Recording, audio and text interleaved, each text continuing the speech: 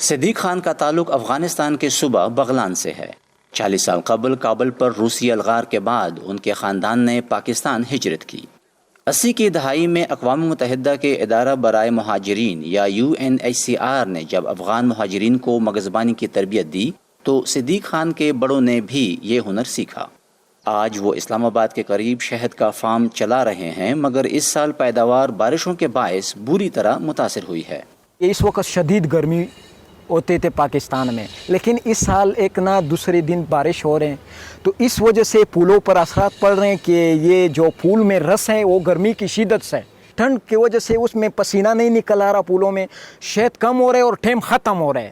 پچھلے سال کی نسبت سمجھو 100% میں سے 40% شہد نکالنے کا امکان ہے۔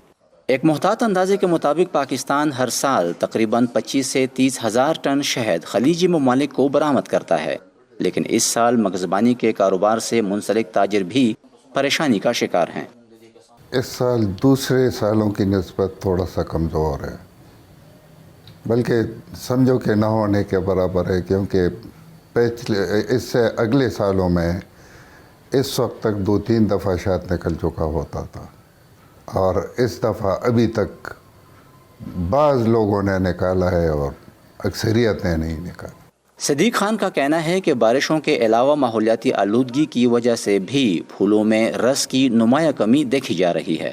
اس سے شہد کی کوالٹی بھی متاثر ہو رہی ہے۔ آبادی بڑھ رہی ہے، بوٹی وغیرہ درختیں، یہ مطلب جنگلات مطلب لوگ کٹائی کر رہے ہیں، تو اس وجہ سے جو ہے نا اثرات پڑ رہے ہیں اس کی وجہ سے، اس لیے پھول ختم ہو رہے ہیں۔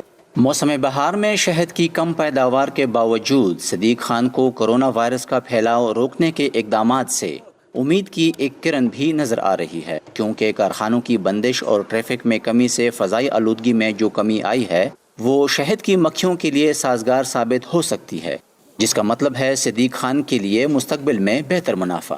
نظر الاسلام، وائس آف امریکہ، اسلام آباد۔